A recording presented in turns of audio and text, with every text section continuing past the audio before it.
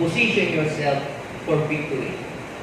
Sabihin mo nga sa'yo, katabi, God wants you to position yourself for victory. Gusto ng Diyos na ilagay mo ang iyong sarili sa lugar ng tagumpay, hindi sa lugar ng katalunan. Samahan po ninyo ako sa pagbabasa natin ng salita ng Diyos. At ito po ay babasahin natin sa Tagalog, sa Zechariah chapter 4, verse 6, at saka po sa verse 7. Sinabi sa akin ng anghel ang ipinasasabi ni Yahweh, ang tagumpay ay hindi makakamit sa pamamagitan ng lakas o kapangyarihan, kundi sa aking tulong lamang. Verse 7, go.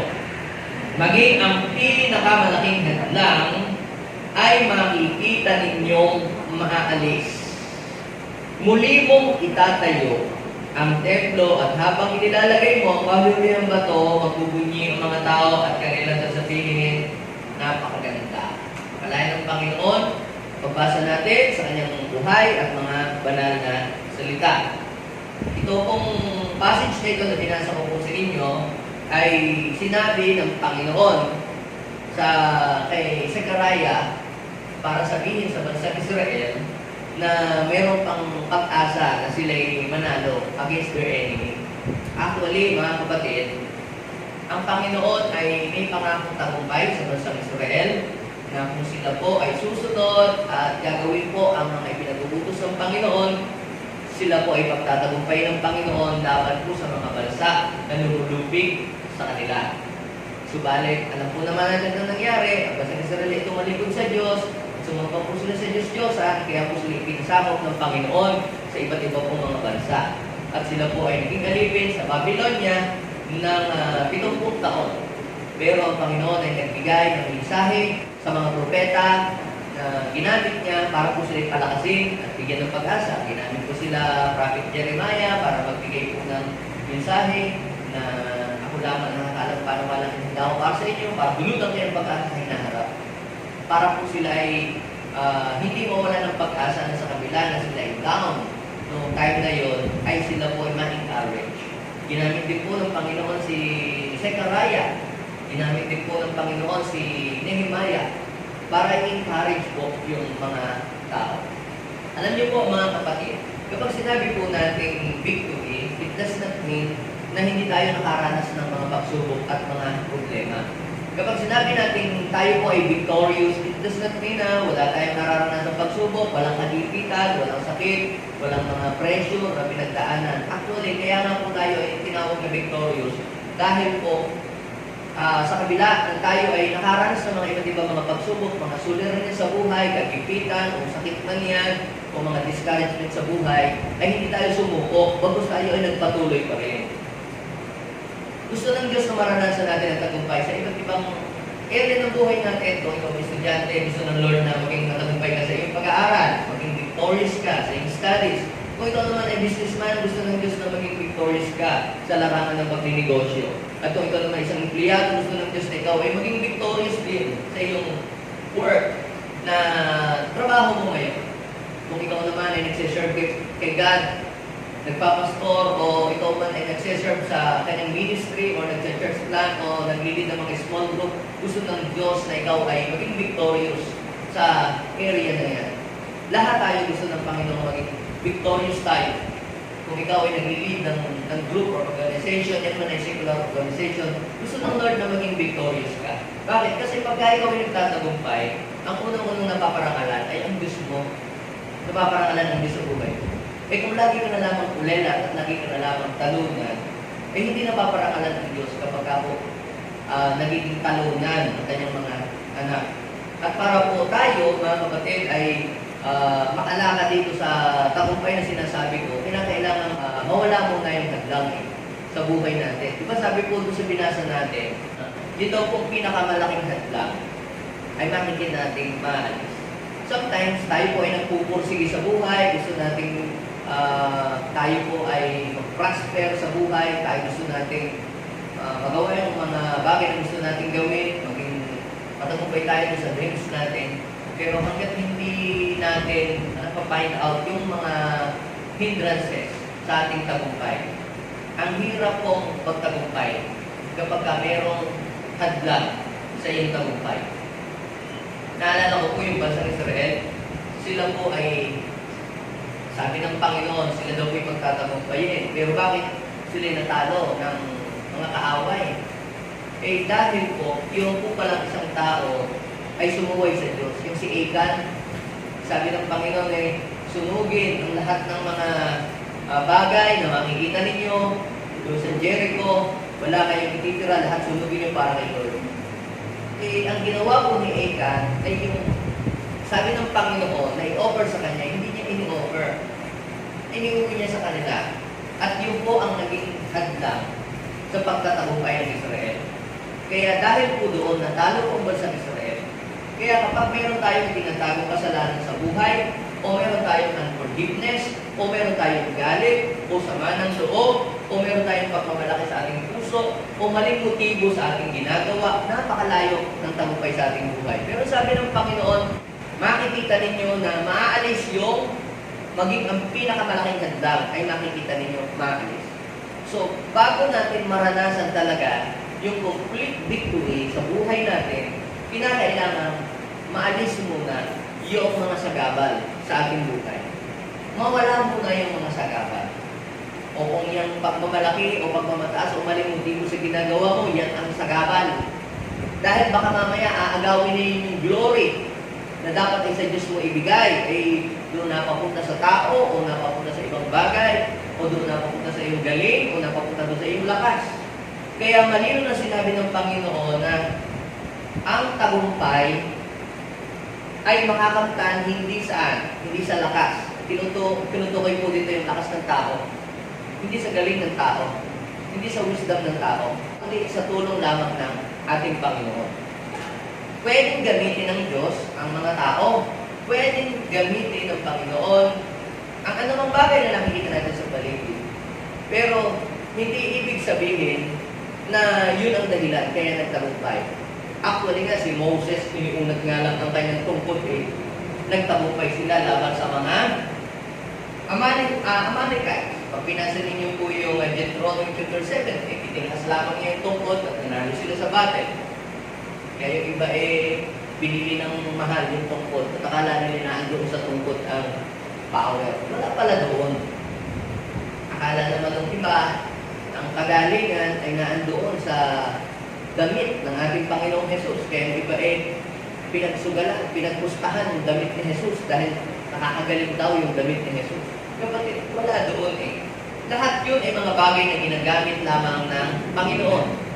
Yung mga Israelita ay nag-blow lamang ng trumpet, natalo yung mga kaaway Pero ang tagumpay, wala ko doon sa trumpeta. Yung iba saan ba nakakabili ng ganung trumpeta? At ako mag-blow din ng trumpet para maging victorious din na aking buhay. Actually, malino na sinabi ng Panginoon na ang tagumpay ay makakamtan hindi sa lakas, hindi sa kapangyarihan ng tao o mga bagay, kundi sa tulong ko lamang. Kahit pa po sino ang inyong pong i-hire na magaling na sundalo o magaling na at matalinong dumiskarting mga financial manager, pero kung hindi ang Panginoon makikialam at hindi sasaling ang Panginoon, nothing will happen. Ikaw ay matatalo pa rin dahil hindi mo kasali ang Diyos sa buhay mo. So, ngayon mga kapatid, i-share ko lamang po sa inyo yung pong tatlong mahalagang bagay, how to position ourselves for victory. Na ito po ay malimit na babanggit na natin, nababasa natin, pero ngayon po, kunin natin itong tatlong ito to position ourselves for victory daily. O paano ba natin ilalagay ang sarili natin doon sa lugar ng katagumpayan, araw-araw? Sabi ng Bible, sinasama tayo ng Diyos sa parada ng tagumpay. Ibig sabihin ko sa Diyos, lagi tayo nagtatagumpay. Pero, nasa sa iyo pa rin ang pagpili sa buhay Kung gusto mong maging victorious ka araw-araw, o kung gusto mo ngayon ka lang victorious, tapos bukas, hindi, nasa sa iyo pa rin Now, how to position ourselves in the place of victory? Number one, desire the presence of God. Sabihin natin, desire the presence of God. Hangarin natin palagi na ang presensya ng Diyos ay maranasan natin sa ating buhay. Alam na natin yan, nababasa natin palagi that we without God, without His anointing, we can do nothing. Very common, very familiar na sa ating lahat. Pero, ang mga men of God sa Bible, bakit ba sila naging victorious? Yung mga sikat na mga tao sa Bible, yung mga Bible character, bakit ba sila naging mapagtagumpay sa buhay? Sa anumang larangan ng yan man ay paninegosyo, yan man ay pakikipaglaban sa kaaway, o yan man ay panunungkulan sa bansa. Bakit ba sila ay naging victorious? Tingnan natin, ano kaya kanilang sikreto? Dahil ba mga gwapo sila, matao sa ilong, matatangkad, dahil ba sa kanilang kulay, dahil puti sila? Ano ang kanilang sikreto ba't sila nagtagumpay? Sikreto nila po, mga kapatid, ay dahil sila ay pinapatnubayan, sinasamahan, tinutulungan ng Diyos sa lahat ng bagay na kanilang ginagawa. So, dahil yun ang kanilang secret, dapat i-desire natin yung pagsama ng Diyos sa ating buhay. Kaya kung pagising mo pa lamang sa umaga, ilubukas mo na agad ang iyong bibig, you are praying the Spirit, you are speaking God's word, dinideclare mo agad ang salita natin sa buhay mo, sa sarili mo, inaawitan mo na agad ang Panginoon. Pag-gising mo lang pa, sa umaga ay talagang nag-speaking tongue ka na, you are praying the Spirit, talagang nag-declare ka na sa umagang ito, may breakthrough sa umagang ito, maraming customer sa aking tindahan, Lord, sa umagang ito, marami akong kliyente. Yung bang, you are positioning yourself for victory. Inuunahan mo na agad ang kaaway. Pero sa kabilang banda, kung pagkagising mo, kuha mo agad ang iyong cellphone at laro ka ng laro, nagpapa-level up ka ng mga laro, you are putting yourself in the place of defeat. Inilalagay mo ang sarili mo sa lugar ng katalunan. Kung sa iyo ay umaga pa lamang, ay ayaw mo nang bumangon, gumising ka kung kailan mo gustong magising, you are allowing the enemy to snatch your position. Parang inilalagay ng kaaway na dapat ay nandun ka sa ganong posisyon, ay hinahayaan mo na ang kaaway ang nandun sa posisyon ng tagumpay. Kapag dapat ay kunin natin yung posisyon yun, na tayo tumayo doon at tumindig doon. Bakit po? Kasi gusto ng Diyos na iposisyon palagi natin ang ating sarili doon sa lugar ng tagumpay. At ikaw ang gagawa noon, kapatid. We have a role to play na dapat ay ginagawa natin. May part si Lord at may part ka. Ay anong dapat mong gawin? Kailangan mo, maaga pa lamang, pinupuri mo na ang Diyos. Di ba si Jesus? Bakit si Jesus sa tuwing siya ay sasalita, sa tuwing siya ay mag-pray-pray, may nangyayari miracle, naalis ang mga demonyo. Anong sikreto niya? Ba't siya nagtatagumpay? Sa mga ganon. Ay sabi po naman ng Mark chapter 1 verse 35, ay maaga pa lamang, madilim pa, napunta na siya doon sa isang lugar at siya daw po ay nananalangin. Humihingi siya ng strength sa langit. Kaya kapag po tayo ay umaga pa lamang, ay nagpupuri na agad sa Diyos, tayo agad ay kikinig ng mga awitin, ng pagsamba at ng papuri sa Kanya at hinahanap natin ang mukha ng Diyos, nagsisik tayo sa Kanya kung ano ang Kanyang kalooban sa ating buhay, we are positioning ourselves in the place of victory. Inilalagay natin. At yung pong mga iba na mga establishment, ang ginagawa po nila, bago mag-umpisa ang trabaho, nagdadasal muna sila. Nag-pray-pray muna sila. May short devotion. They are positioning themselves sa lugar ng tagumpay. Naalala ko po yung isa po nating kapatid na ngayon po yung pastor na. Siya po ay may business. Ang business niya ay sa mga aluminum, sa mga glass, sa mga bintana na ganyan. Eh ngayon, nakaugalian nila na tuwing umaga, bago magsimula ang kanyang mga tauhan, meron mo ng Bible study, may prayer. Yun, gano'n ang kanilang ginagawa. Siyempre, para hindi maging mainitin ang ulo ng kanyang mga trabaho. Laging inuunahan nila ang katalunan sa pamamagitan ng panalangin at pakikisalita ng Diyos. Minsan daw po dumating na yung mga customer ay nagagalit. Sabi, pagka ganyan naman ika, ay narito na ang bibili. Eh kayo ay nagdadasal pa. Kami naalis na. Talagang naalis na nga daw po. Ay hindi pa tapos yung kanilang pag-prepare. Eh alam niyo po, yun daw pong naalis ay pinapalitan ng Panginoon ng mas malaking mga customer sa kanila. At yun ang naging secret. Kaya sila ay naging successful ang kanilang business. Kaya sila po ay nagkaroon ng branch out. Ay, pagka nag-share ka ng testimony, hindi naman ako magaling pastor, wala naman akong kaalaman, ay binibigyan siya ng Lord ng wisdom kung ano ang gagawin. So, yan po mga kapatid, ang sikreto ng mga men of God sa Bible. Ang sabi po ni Moses, doon po sa Exodus chapter 33 verse 15 to 16, ang sabi niya, Lord, if your presence does not go with us, Lord, we don't live in this place. Pupunta po sila sa promised land, pero sabi ni Moses, Lord, kung hindi mo kami sasamahan, pupunta kami ni Alice dito. Dahil nakikita ni Moses yung danger na kapag po sila ay pumunta doon sa place of Canaan, hindi po sila mananalo talaga sa kaaway dahil hindi naman po sila talaga sanay sa mga pakikipagdigma. At yung po mga tao po sa Canaan ay mga giant, ay sila po ay sabi hanggang tuhod lang, kalalaki. Kaya sabi ni Moses, Lord, if your presence does not go with us, Lord, we don't live in this place. Hindi namin kaya, hindi kami mananalo, hindi kami magtatagumpay sa mga yon. Pero, ano sabi ng Panginoon? Sige, sasamahan ko kayo. Kaya si Moses ay hindi siya natatakot humarap sa mga kaaway. Kahit hindi pa niya nasubukan ni minsang makarating dun sa lugar na yon o dumaan dun sa place na yon, wala pa siyang karanasan sa pagpunta doon. Pero meron siyang confidence dahil alam niya na siya ay sasamahan ng Diyos. How about Joshua? Sinamahan din siya ng Panginoon kaya siya nagtagumpay.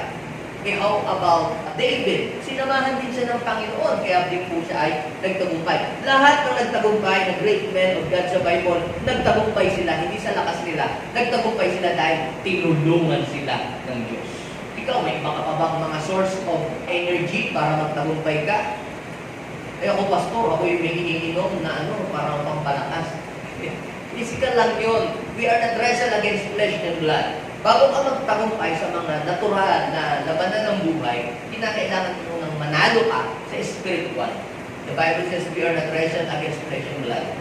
Kaya ang ginawa ni Moses, nung makikipaglaban si Joshua nakikipaglaban physically sa mga Amalekites, sa mga Rephidim, sa mga Amorites. Ang ginawa naman ni Moses, pupunta siya doon sa bundok, nagdadasal siya doon, tinataas niya ang kanyang mga kamay, at siya'y nananalangin. At kapag ka daw po nakababa ang kamay ni Moses, ano po ang nangyayari? Natatalo yung mga Israelita. Pero kapag ka itinataas ni Moses ang kanyang kamay, nananalo ang mga Israelita. Anong ibig sabihin no? Kapag ka nakataas ang kamay, it means prayer. Kapag ka ikaw ay nagpe-pray, nagdidepende ka sa lakas ng Diyos. Kailangan natin ang kanyang tulong. Kailangan natin ang kanyang presensya. Kaya si Moses daw po nung mapagod na, hindi binabanan niya ang kanyang kamay. Kaya nung pag nakababa ang kanyang kamay, natatalo sila. So kaya ang ginawa po ng kanyang mga kasama, tinaas ang kanyang kamay hanggang sa manalo ang kanilang bansa. Ganyan din tayo mga kapatid. Minsan, parang sawa na tayo mag-pray. Ano ba naman yan? Parang paulit-ulit na lang. Ganito na lang ginagawa ko. May nangyayari pa. Kapatid, in the spirit, mayroong nangyayari. Ang labanan na sa spiritual, we are facing the different trials and troubles sa natural. Pero gusto mong manalo sa laban ng buhay, unahin mo ang iyong laban sa spiritual. Kaya kapag ikaw ay nananalangin at nagtagumpay ka na sa panalangin, tandaan mo, magigtatagumpay ka na rin sa lahat ng iyong binti sa buhay. Dahil inunahan mo na, because you position yourself in the place of victory. Sabi po ni David, basahin po natin yung Psalms 108 verse 13. Maring nabasa na ninyo o hindi pa, review ito para sa inyo, sa mga nakabasa na nito. Ano ang sabi ng Psalms chapter 108 verse 13? Basahin natin sabay-sabay. 1, 2, 3, go! Kung ano daw, sino daw kasama? Diyos. Kung ang Diyos ay kasama sa panig natin, matatamo ang tagumpay, ang kaaway ay tatalungin. Kapag daw po kasama si Lord, matatamo ang tagumpay. So, without God, there is no victory. Tandaan mo yan. You cannot overcome temptation, you can overcome the works of the enemy, the works of Satan. Without God, alam niyo, sa mga ganyan pong bagay, we need help of a person greater than us. o power na mas matindi kaysa sa atin. Yun yung power ni Lord eh. So, kailangan natin sigal. Kaya para makita natin yung tulong ng Diyos, eh, magagawa lang natin kung mananalangin tayo, mag-worship tayo sa Kanya, at maghahumble down tayo, at isisik natin si Lord sa buhay natin. So, yun po yung tanging paraan para yung presence ni Lord ay sumama sa atin. Ang magpakumbaba sa Kanya at magdepende sa Kanya, manalangin at sumamba. So, ngayon nasabi po sa Bible, pag binasa ninyo po yung 1 Samuel chapter 18 verse 14, ano po ang ginagawa ni David? Pinapangunahan niya yung kanyang mga tauhan. So si David, meron siya mga tauhan, siguro kayo po yung mga negosyante, may mga tauhan kayo, pangunahan ninyo.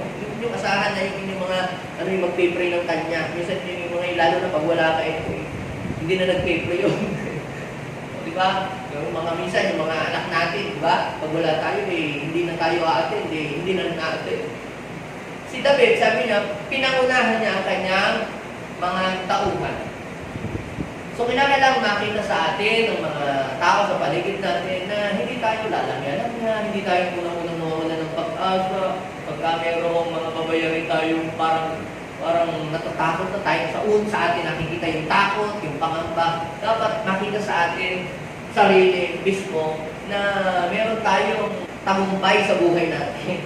Meron tayong atmosphere ng tagumpay sa sarili natin. Pinangunahan daw po ni David ang kanyang mga tauhan. Anong sabi?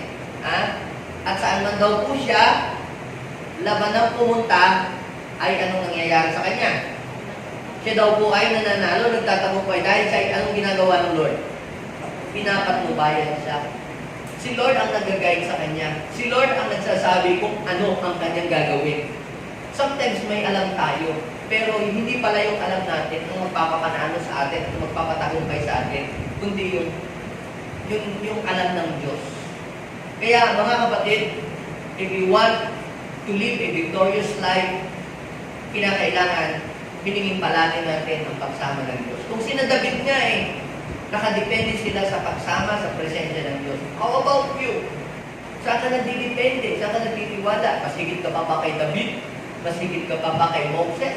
Mas higit ka pa ba kila Joshua? Ay sila nga ang nagbiruan nilang ginawa ay nagdepende sila sa Diyos. How about you? Kapatid, yung tagumpay nila ay mararanasan natin sa ating panahon kapag ka tinularan natin yung mga ginawa nila na sila po ay nagdepende doon sa lakas ng Panginoon. Pangalawa, na nakikita natin sa Bible, how to position ourselves in the place of victory ay ito, follow God's instruction. We have to follow God's instruction in our daily lives. Sa totoo lang, mga kapatid, araw-araw hindi natin alam kung ano ang mga haharapin natin, hindi natin alam kung ano ang mga mangyayari, hindi natin alam kung ano ang mangyayari in the future. Pero tayo, kung gusto natin magtagumpay, kinakailangan natin mag-obey doon sa instruction ng Diyos kasi God knows the future. Alam niyo po, ang isang pinagalit ng Panginoon sa bansang Israel noon ay instead na sila ay magdepende sa Diyos at hanapin ang direksyon ng Diyos, sila po ay tumawag ng medium. Tapos sila po ay nag-ask ng direction doon po sa mga kaluluwa ng mga patay na tao. Ibig sabihin sila ay humingi ng gabay. Ano po ba ang mangyayari? Ako ba'y mananalo? Ako po ba ay pupunta doon? Doon sila humingi. Kaya nagalis ang Diyos sa kanila, itinakwil sila ng Panginoon. So hindi ka doon hihingi ng direksyon sa mga kaluluwa. Ikaw ang magbigay ng direksyon sa kanila. Kasi hindi nila alam kung ano ang future. Ay si Lord. Alam niya ang future. Alam niya ang ating patutunguhan. Kaya dapat sa Kanya tayo mag-ask ng direksyon. At si Lord nagbibigay lagi siya ng instruction sa atin araw-araw. Kung tayo ay magtagumpay. Si Moses, kaya siya nagtagumpay because Moses followed God's instruction. Bakit nagtagumpay si Moses laban sa mga Egyptian? Ang buong Israel ay nanalo sa mga Egyptian.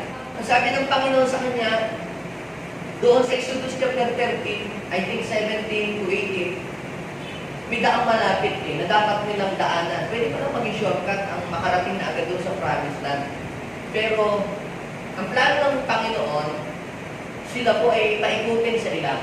Hindi doon daw po pagkalabas po nila sa Egypt, hindi doon sa daang papunta sa Pilisteo sila po pinadaan ng Panginoon, kundi saan? Saan daw po sila? Pinaikot daw po sila doon sa wilderness. May daan pala namang malapit. Ba't kinakailangan pag sila'y padaanin doon? Because there is no shortcut into success. There is no shortcut. Sa tagumpay, kinakailangan mo magsanay ka muna, matrain ka muna, kailangan ikaw ay ma-develop muna, yun yung kakayahan, yun yung ability. Pero ipinakita dito ng Panginoon na siya ay nagbibigay ng instruction. At yung tagumpay po nila ay bunga po yun ng pagsunod ni Moses sa instruction ni Lord. Huwag kayong dumiretso, lumigid-ligid kayo. Aakalain ng mga Israelita, nagkakaligaw-ligaw kayo sa ilang. Pero ang totoo, nililito ko lang sila. Nag-obey sa instruction si Moses. At hahabulin nila kayo. Pag hinabol nila kayo, ngayon, tumigil kayo doon sa sa gilid ng dagat. Tapos ang gawin mo, iunat mo yung tungkod pa itaas. Pagkatapos, iihip ang hangin. Pagkatapos, mahahati ang dagat. Tapos matutuyo yung lupa. Then tumawid kayo. Then Moses, pag nakatawid na kayo, iunat mo ulit yung tungkod. Pag titiklop yung dagat, matatabunan yung mga Egyptian. Ang tawag po doon, instruction. Ay bakit pag po naman Panginoon iuunat pa ang tungkod? Pwede ka po naman hawakan na lamang at itindig ng ganyan. Alam niyo po, nakadepende po sa pagsunod natin sa instruction sa Diyos ang ating tagumpay. Paano ba malalaman ng instruction ng Diyos? Paano ba siya, Pastor, nagsasalita sa ating panahon? Ang Diyos po ay nagbibigay ng instruction sa ating daily sa pamamagitan po ng Bible, sa pamamagitan ng kanyang mga salita. Ngayon, kung hindi ka magbabasa ng salita ng Diyos, hindi mo malalaman ang instruction ng Diyos sa iyo sa araw na iyon. Meron palang tukso sa araw na iyon, hindi mo tuloy na iwasan dahil hindi mo nabasa ang salita ng Diyos. Magbibigay sana ng instruction sa iyong Diyos, kaya lang hindi mo nakuha yung instruction ng Diyos kasi nga, kinalimutan mong basahin ang kanyang salita. Kaya sabi ng Panginoon doon po sa Joshua chapter 1, verse 7, at saka 8, ano po ang sabi ng Panginoon kay Joshua? Sinabi ng Panginoon kay Joshua na sundin mo mabuti ang buong kautusan na ibinibigay sa inyo ni Moses. Kailangan daw kong sundin yung kautusan. I-follow yun. Dahil naandun yung instruction ng Diyos. Para daw po Para daw, at huwag daw po yung susuwayin. Ano man daw po nakasulat doon, kinakailangan daw pong gawin. Huwag susuwayin. Anong mangyayari kapag kasinunod yung instruction ni Lord? Magtatagumpay ka saan ka man pumaroon. So, nakasalalay sa ating pagsunod sa instruction ng Diyos ang ating tagumpay. Saan ka man pumaroon, ikaw man ay ang iyong business nandun sa Kalasyaw, o nasa Baguio, o nasaan man yan, dapat susundin mo yung instruction ng Diyos. Ano ba ang instruction ng Diyos kung nagtatrabaho ka sa palengke? Huwag kang gumamit ng madayang timbangan. Diba? Yun. Ikaw ay maging tapat sa iyong tungkulin kung ikaw ay nanunungkulan. Kaya pansinin ninyo sila, Joshua, sabi doon, nagtagumpay. Sabi, bulay-bulayin mo ang salita ng Diyos. Sabi sa verse 8, para masunod mo yung instruction, para masunod mo yung kalooban ng Diyos. Sa gayon, giginhaw ang buhay mo. At magtatagumpay ka habang ikaw ay nabubuhay. So, pansinin ninyo mga kapatid, pag tayo po pala ay sumusunod sa instruction at nagagawa natin ito ng maayos, tayo ay meron tayong confidence na harapin yung lahat ng mga challenges sa buhay. Kita nyo, halimbawa, may instruction sa iyo yung boss. Pero ang ginawa mo ay hindi mo sinunod yung kanyang instruction at ginawa mo yung gusto mo. Nagkamali-mali ka, mga kung ano pang nangyari sa iyo. Di ba lagi kang may fear, lagi kang merong kaba? Kasi alam mo, hindi ka sumunod sa instruction. At yun ang magsisimula ng iyong downfall. Ganyan din po sa buhay natin, mga kapatid. Kapag lagi natin sinusuway ang instruction ng Diyos, ito po ang magiging sanhi ng ating pagkatalo.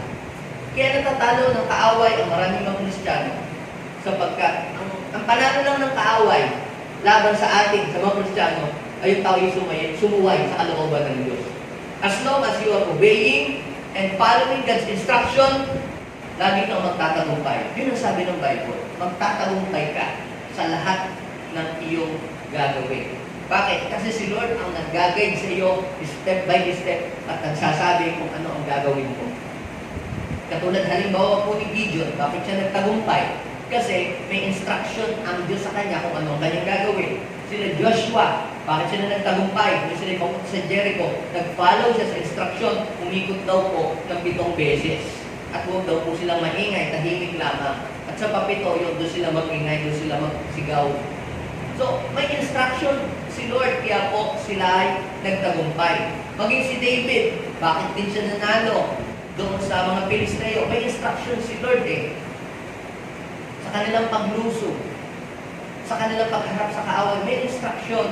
So yung pagsunod natin sa instruction ni Lord, yun po ay nagbibigay ng wisdom sa atin para makapagpasya tayo ng maayos at tama. Now, dito natin makikita na ang pagsunod pala sa instruction ni Lord, ang dulot pala nito ay victory sa ating buhay. Tingnan ninyo po yung mga taong laging masuwayin sila sa utos at sa kalooban ng Diyos. Lagi po silang talo na. Lagi na lang may sakit, lagi na lang kung anong nangyayari. But I'm not saying na pagka isang tao ay may karamdaman, hindi na nasunod sa instruction ng Bible. O baka hindi nasunod sa instruction ng Bible, sa instruction ng health. So, ang point dito, sinasabi ko po, hindi ko ibig sinasabi na pagka tayo ay nasunod na sa instruction ng Diyos, wala nang pagsubok, wala nang problema. Pag nasunod ka sa instruction ng Diyos, malalampasan mo ang mga pagsubok, malalampasan mo ang mga problema na iyong kinakaharap sa buhay. Kita po ninyo yung mga Israelita, dahil sumunod sila sa instruction ng Diyos, merong malaking bundok sa kaliwat kanan, merong humahabol ng mga hindi Bombay, mga Egyptian sa kanilang likuran, at merong malaking dagat, dahil nag-obey sila sa instruction. Ano po ang nangyari? Nahawi ang dagat at sila po ay nakadaan. Gayun din mga kapatid, sa pag-obey natin sa instruction ng Diyos, hahawiin niya ang lahat ng mga problema sa ating harapan at tayo ay makakatawid sa lahat ng mga pagsubok na ating dinadaanan sa buhay. Makakalagpas tayo. Kaya yung mga hindi nasunod sa instruction, lagi nagdi-disobey, anong nangyari sa kanila? Ipinatalo sila ng Diyos sa kaaway at sila ay namatay na sila doon sa ilang. Pero si Joshua at si Caleb, nakarating po sila doon sa promised land at sila ay nagtagumpay. So, ang pangatlo po na paraan to position ourselves in the place of victory. Ano nga sabi ko po kanina? Una, desire the presence of God. I-desire natin, Lord, tulungan niyo po ako sa pag-aaral ko, kung estudyante ka, Lord, sa business ko, kung ikaw ay nag-business at kung ikaw naman ay nag-work, Lord, tulungan niyo po na magawa ko, magampanan ko itong aming tungkulin.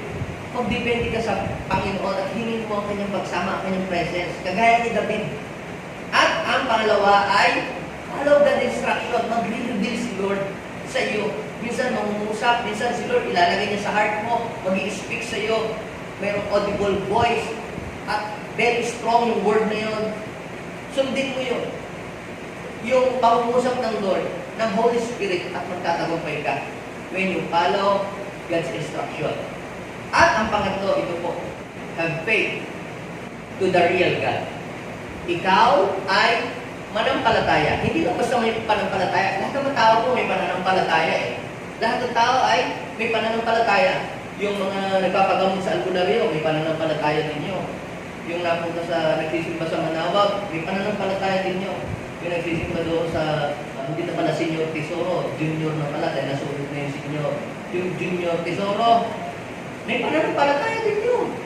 Yung nagdadasal kay Mary, may pananampalataya rin yun. Pero, ang tagumpay, sabi ng Bible sabi ng Bible, ang tagumpay, Zechariah chapter 4 verse 6, ay makakamtan sa tulong ko lamang. So, ibig sabihin, hindi kay Manawag manggagaling ang tagumpay. Hindi kay Tesoro. Hindi kay Mama Mary nanggagaling ang tagumpay. Saan nanggagaling ang tagumpay? Sa Diyos na gumawa ng langit at lupa. Hawak niya ang buong daigdig. Siya may kontrol ng lahat ng bagay. So ano ang kailangan mo gawin? Ang kailangan mo gawin ay manalig. Ang kailangan mo gawin ay manampalataya. Kapag sinabi natin manampalataya sa Diyos, it means to depend, to trust, to lean on Him. Sumandal ka sa Kanya. Kumapit ka sa Kanya. Saan ka ba nakakapit? Sa Bombay, Pastor. Saka sa 5-6.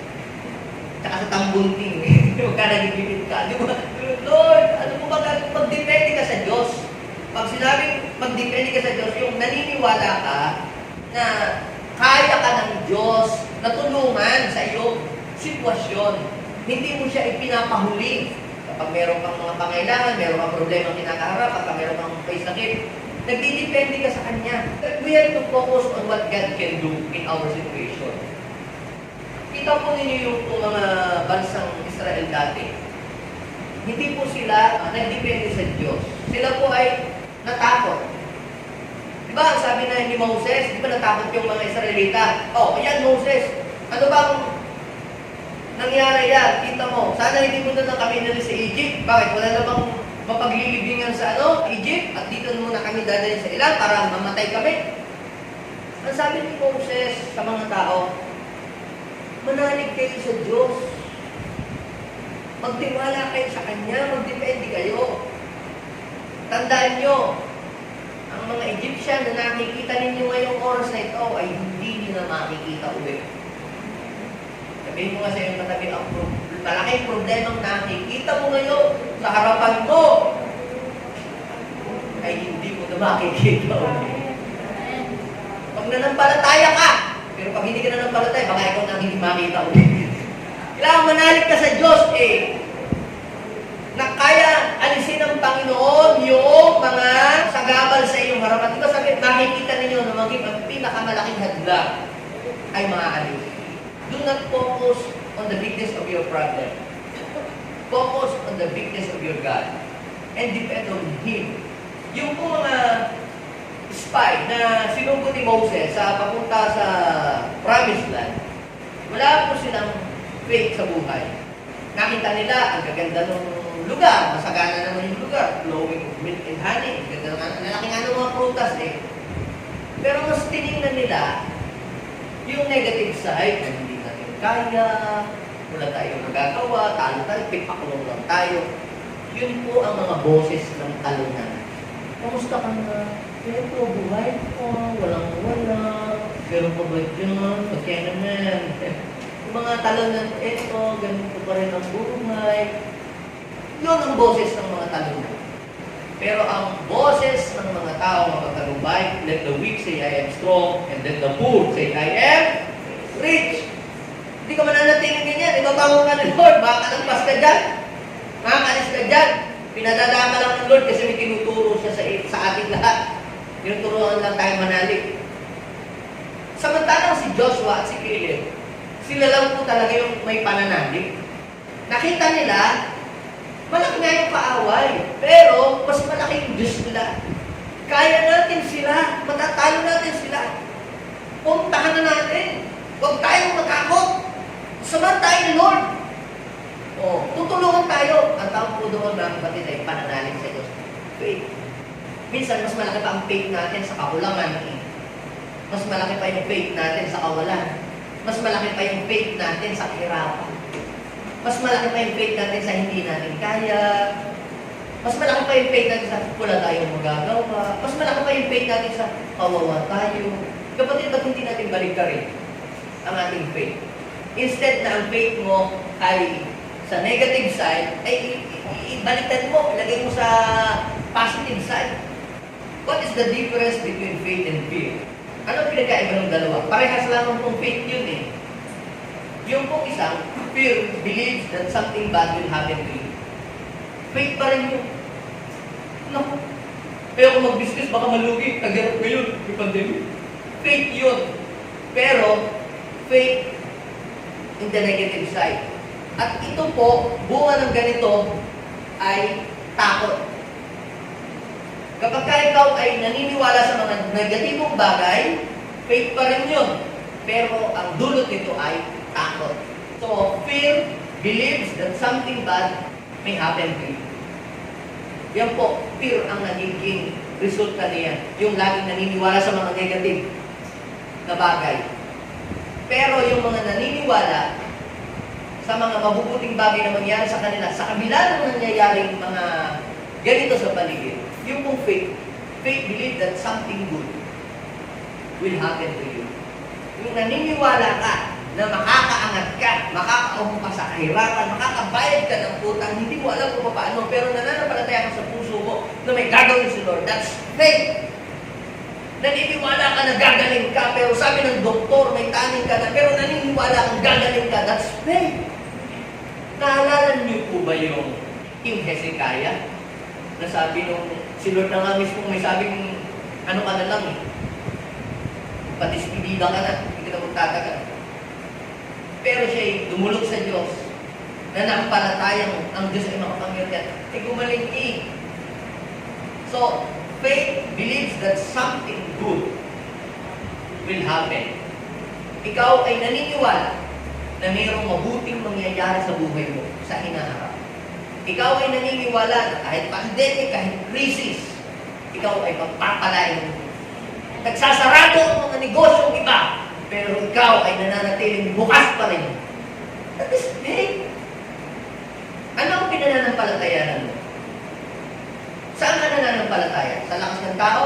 Sa lakas ng kapwa? Saan ka nananampalataya? Sa iyong pera? Sa iyong account? Saan ka nananampalataya? Dapat ay ikaw ay manampalataya lamang sa buhay, totoo, at tunay na Diyos. And those who trust on Him, those who have faith on Him, will never, never be put to shame. Will never, never be disappointed. So, we must have faith to the real God. And that is no other than our Lord Jesus. Basahin po ninyo yung sinabi po sa Bible. Sa aklat ng 1 John chapter 5, verse 4. Ano po ang sabi diyan? Sapagkat napagtagumpayan daw po ng bawat mga anak ng Diyos ang sanlibutan. Ano ba ang sanlibutan? Lahat ng kasalanan, nandiyan na. Lahat na ng mga bagay na hindi nakakalugod sa Diyos, nandiyan sa sanlibutan. Discouragement, lahat ng mga kasalanan, nandiyan na. Pero magtatagumpay lamang daw po tayo dito sa pamamagitan ng pananampalataya. So, sa pamamagitan ng pananampalataya, saan? Siyempre, sa lakas ng Diyos, hindi sa lakas mo, hindi sa galing mo. Yung pagtitiwala, pagdidepende, pagkapit, pagsandal sa kapangyarihan ng Diyos. Kanino ka sumasandal? Kanino ka kumakapit? Hindi sa material tayo kumakapit. Hindi sa mga tao tayo kumakapit. Kumapit tayo sa Diyos. May hangganan ng buhay, may hangganan ang lakas. Ang pera may hangganan din. Pero, kapag tayo kumapit sa Diyos, tayo ay magtatagumpay, kagaya ni David. Before I end, I will share to you the story of David. Noong buong ang bansang Israel ay pinamumunuan ni King Saul. Alam natin yung story yan eh. Just review sa inyo lahat. Nagkaroon po sila ng isang kalaban na giant. That is Goliath. Naghamon, di ba? Si Goliath na hindi na tayo dapat maglabanan. One-on-one na lang. Pumili na lang kayo ng isang malakas sa inyo dyan. Tapat niyo sa akin. At pagka may natalo niya, alipin niyo kami. Pero pag natalo ko siya, alipin namin kayo lahat. Yan po yung makikita sa verse 7 to verse 17, 31, 37. Dahil nasira ang loob ni King Saul. Sa loob ng 40 days, hinayaan nilang umawa na lang ng umawa si Goliath. Hinayaan magsalita si Goliath. Ano ang na-create na atmosphere sa bansang Israel? As atmosphere of defeat. Yung fear, nandudun. Kaya pag hinayaan mo, hinayaan na magwika ang kaaway sa buhay mo at hindi mo sinasalag ng salita ng Diyos, eh talo ka. Kaya kita mo si Jesus lagi, it is written, it is written, it is written. Pagka nagigipit ka, anong pangsalag? My God will supply all my needs according to His riches. Pag meron kang sakit, finest mo, I am healed. Lagi kang may pangsalag. Eh kung wala ka noon, paano yan? So, kinakailangan yung faith kay God at faith sa Word of God. Na naniniwala ka yung salita ng Diyos, yan yung ating pangsalag. Yan ang ating weapon. Yan ang ating panghahawakan, mga pangako, mga salita ng Diyos. Kapag may mga dumadating sa iyo, mga fear, lahat ng tao, nakakaranas niya, may takot. Kahit si David niya, nakakaroon din ng takot sa buhay. Pero sabi niya, kapag ako'y natatakot, o aking Diyos na dakila, Diyos sabi niya, sa Kanya ako umaasa at sa Kanya ako nagtitiwala. Kasi David din pala, natatakot din eh. So lahat ng tao ay natatakot, normal sa tao natatakot. Pero ang sikreto ni David, pag daw siya natatakot, nagdidepende siya sa Diyos.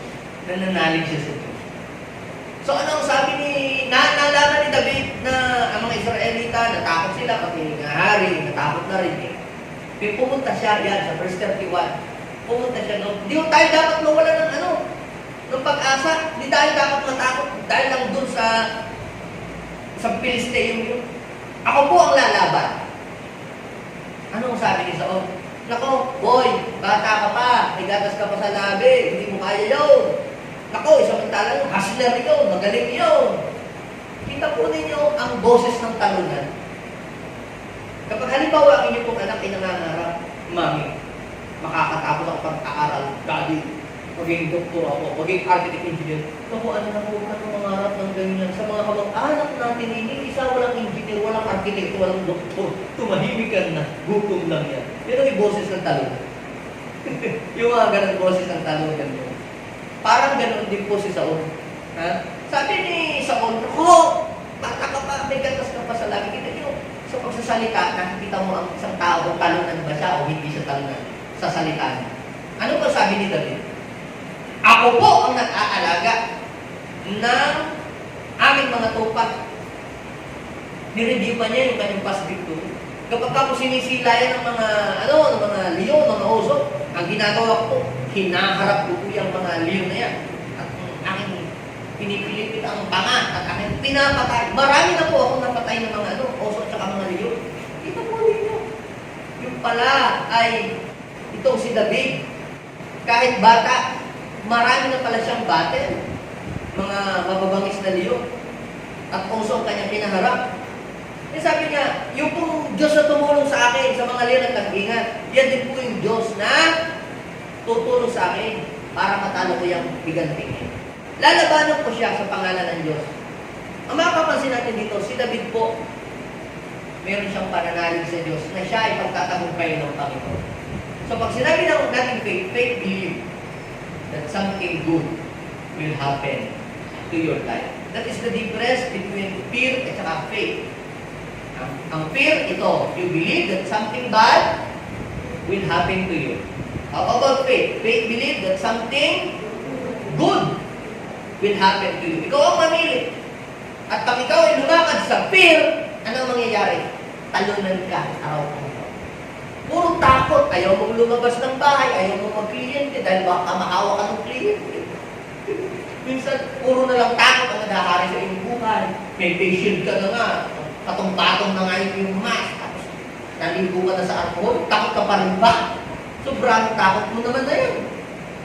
Pero kung ikaw ay nananalig sa Panginoon, talaga buburahin ng Diyos ang takot sa iyong puso. At papalitan ito ng confidence. Kaya si David, kita niyo, bakit ang tapang niya? Ibig sabihin ba, hindi siya natatakot? Siya na rin mismo ang nag-reveal. Kapag ako'y natatakot, o aking Diyos na dakila, sa iyo ako umaasa, sa iyo ako nagtitiwala. Kaya mga kapatid, pag mayroong takot na naghahari sa ating puso, iswitch natin agad ang ating tiwala sa Diyos. Huwag tayo magtiwala sa ating takot. Kinatatakutan. Magtiwala tayo doon sa Diyos na makapangyarihan. Eh minsan, mas naniniwala ka pa doon sa kapangyarihan ng kaaway kaysa sa kapangyarihan ng Diyos. Eh doon ka na lang manalig sa Diyos, mas makapangyarihan ng Diyos. Greater is He that is in us than He who is in this world. Kaya, manalig tayo sa Diyos. Hindi itong gustong lumakad sa parada ng tagumpay ng Kristo. Let's desire the presence of God to be with us daily. Let's follow God's instruction. Meron pong specific instruction na ibibigay sa iyo ni si Lord. Sundin po ninyo yun. Hindi ko alam kung ano yun, pero si Lord ay magsasalita sa inyo, mag-i-speak sa inyo, mangungusap sa inyo. At kapag yun po ay sinunod ninyo, pinalaw ninyo instruction yun, ang magiging resulta nun, magtatagumpay kayo sa pag-aaral nyo, sa business nyo, sa career po nyo, sa ministry. At higit sa lahat, kinakailangan tayo manampalataya. Pero hindi basta-basta pananampalataya. Manampalataya sa tunay na Diyos, sa buhay na Diyos. Ang mga tao, marami silang pinanampalatayanan. Marami po silang pinagdidependihan. Pero tayo dito sa JA1, doon na tayo mananampalataya sa tunay, buhay na Diyos na lumalang ng langit at lupa. Mas malakas siya sa lahat ng mga tinatawagan at hinihingi ng tulong ng mga makasanlibutan. Kaya kung gusto mo na ikaw ay lumakad sa parada ng tagumpay, magdidepende tayo sa Kanya. At tayo kayo ng tutulungan. Lahat ng mapagtagumpay na lang ng Diyos, tumayo po tayo lahat. Let's desire the presence of God. Let's desire the power and the anointing of God. Alam niyo po mga kapatid, kapag ka ang Diyos ay kasama natin, hindi ka lang magtatagumpay sa negosyo mo, sa pag-aaral mo. Magtatagumpay ka din laban sa gawa ng kaaway. Ikaw ba inaatake ng kaaway? Magtatagumpay ka laban dyan kung kasama mo ang Panginoon. You have the power and the anointing to overcome the works of the enemy. Sabi ng Bible, binigyan tayo ng Diyos ng kapangyarihan na yumapak at sa ahas at talakdan, and nothing shall by enemies hurt you. Kaya sa oras na ito, mga kapatid, let's put our trust in the Lord. Let's depend on His strength and hold on to His word. Pinigidiklara ko na ang lahat ng mga anak ng Diyos dito sa JA1 ay magiging mapagtagumpay. Ano man ang mga kinakaharap ninyo ngayon sa buhay, ikaw ay magtatagumpay dahil nasa iyo ang kapangyarihan ng Diyos. Thank you so much, O God. Hilingin natin ang lakas ng Diyos. Sige ka mo, open your mouth. Hilingin natin ang lakas ng Diyos. Lord, kailangan kita. Hindi lang sa buwang ito, hindi lang sa araw na ito. Kailangan kita araw-araw. Lord, strengthen my spirit. Pwede bang sabihin natin, ang panalangin ito, Panginoong Jesus, kailangan ko ng kalakasan sa araw-araw. Binubuksan ko ang puso ko, maghari ka sa buhay ko. Baguhin mo ako. Linisin mo ako sa lahat ng aming mga karupihan.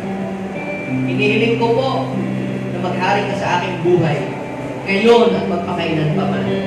Panginoong Jesus, ipinagtitiwala ko sa iyo ang lahat ng bagay na aking kinakaharap sa araw-araw. Nananampalataya ako na ikaw ang magbibigay ng tagumpay sa aking buhay. In Jesus' name, Amen and Amen. Ako na lang ang magpe-pray para sa inyo. Lord, continue to bless these people. Supply mo ng tanong pangailangan. Alisin mo ang takot sa kanilang buhay. Punuin mo ng pag-asa, pagtitiwala ang iyong mga anak. At sa oras na ito, manlaya kang pumilo sa buhay po nila. I declare open heaven sa lahat ng mga JA1 people. I declare God's provision and protection be upon them. At Lord, saan mang mga challenges ng buhay, sila ay laging magiging matagumpay dahil ikaw ang umahalalay at sumasama sa aming buhay. This is our prayer, O God, in Jesus' name, and all the victorious person, people of God, say, Amen.